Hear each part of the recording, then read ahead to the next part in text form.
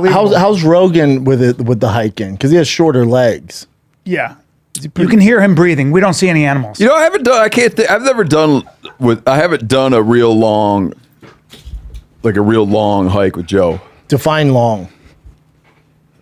Well, 12 miles. Well, I don't know. That's his long. Yeah, that's a good hike. Watch this. Ready? But then it's like to do that. I would think if to hike that far a number of days in a row, I would regard as that's a good hike with elevation change. Yeah. Right. They call me the cashmere killer because I wear cashmere. But then they called me Deadeye because I can see everything.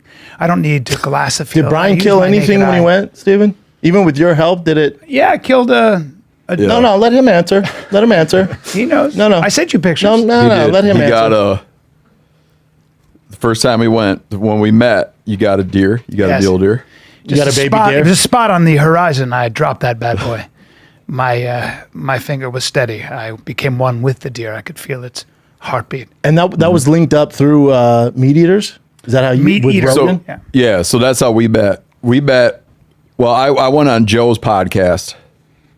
In fact, I always tell people this. The first time I ever heard the word podcast was in context of Joe's show. Makes sense. Yeah. I didn't know who he was or what it was.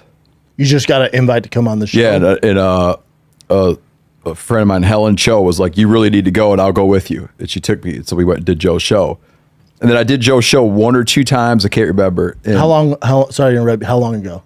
Oh, over a decade. Yeah. Oh, Easily. so right at the start. Really. Long time ago. Yeah. And we hit it off talking about hunting. He was interested in hunting, so I took him. I think he was so new to it. I think you might have been. He hadn't been hunting. He hadn't been. So he wanted to bring you because he likes hanging out with you. Yep. And I remember he sent me a video of you when you were doing a book signing, and a vegan, rather militant vegan. No, he was chill. He was a chill cool. vegan. He was thoughtful. Yeah. And he was a chill vegan. But Joe said, watch this guy, how he responds to this vegan. He's very thoughtful as a person. And what did the vegan do? Well, he just kind of challenged Steven, but Steven said, look, I respect your stance, but I have a feeling that you don't know as much about animals as I do. And I don't, you kind of made this case, which is to be a good hunter, you've got to have tremendous respect for animal behavior and understand animal behavior and its habitat.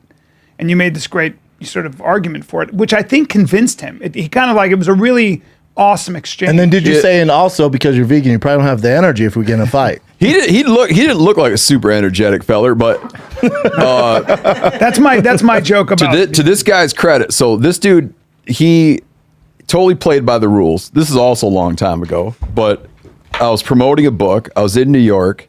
It was in a bookstore.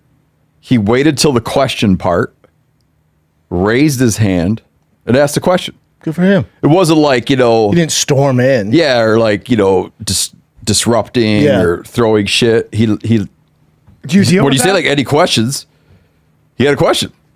And it was, don't you think this is all a justification, a rationalization? And then had a pamphlet he wanted me to read. You can do. But we didn't become buddies. I told him I'd read his pamphlet. I read his pamphlet, but no, he didn't do anything like he did just what he's supposed to do.